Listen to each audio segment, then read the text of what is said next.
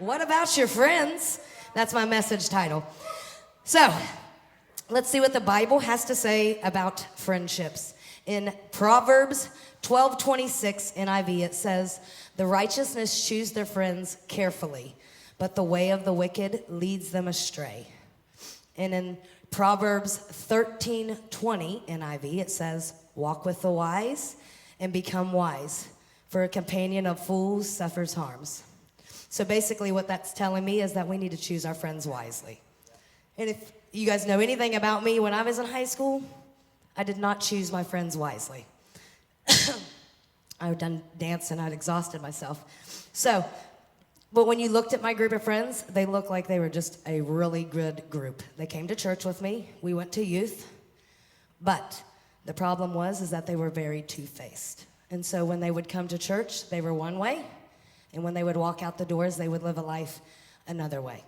And so for a long time, that worked for me because I didn't have to be like anybody. I felt like I was a leader, not a follower. But then my friends didn't want to hang out with me because I wasn't doing the things they were doing. And so eventually I was like, I hate that no one wants to hang out with me. So I started acting and doing things the way they were doing, which led me down this path of drugs, bad relationships, drinking. And it just was a life that I wasn't really happy living, but I was doing it because they were doing it and they wanted to be around me then. So what I'm telling you is just pick your friends wisely and be careful who your friends are. And you guys, if you know me, you know that I love to Google random facts. And so I looked up what is the average percent of friends that teenage kids have. And they're true friends. I thought that should be pretty big because you all have Snapchat, Instagram, Facebook. We've already talked about that. Be real. But the average percent is just one true friend that you have. Does everybody in here think that they have one true friend, at least? Not many.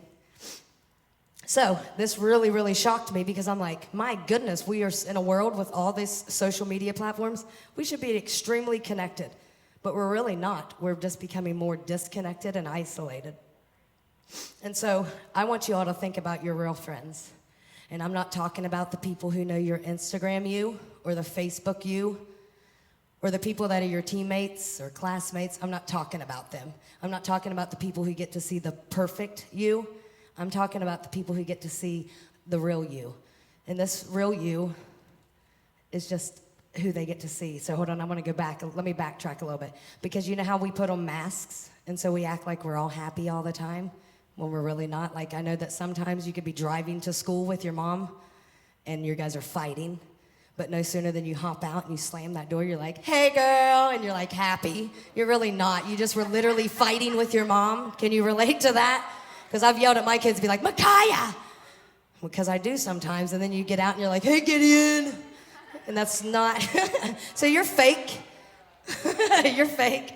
So I want to know who your true friends are, the ones who get to see your struggles, the ones who get to see you when you're angry, the ones who tell you the hard things. Because let's be honest, sometimes you need people in your life who's just willing to say the hard things. The ones who you just get to be 100% with all the time. And if you need to ugly cry, then you can just ugly cry. If you're angry, you get to be angry, and that doesn't change how they feel about you. I'm talking about the ones you roll up to school and some girl over there's trash talking you and you're like, "I'm fitting to run it up with her." And they're like, "No, that ain't who you are." That's the friends I'm talking about, the ones you can literally be yourself. In Proverbs 27:6, it says, "Wounds from a sincere friend are better than many kisses from an enemy." Now, would you not rather have your closest friends tell you things than an enemy? I mean, if your friend's going to give you advice, would you rather be a friend or an enemy? Your friend. I wouldn't listen to no enemy. I'd be like, "What are you talking about?" Not doing it. Because listen, I'm going to be honest. I've been through some crazy, crazy things. And if you know me, most of the girls in my crew know that both of my parents are alcoholics. And so I've listened from advice from people who are not really my godly friends, but they are just my friends.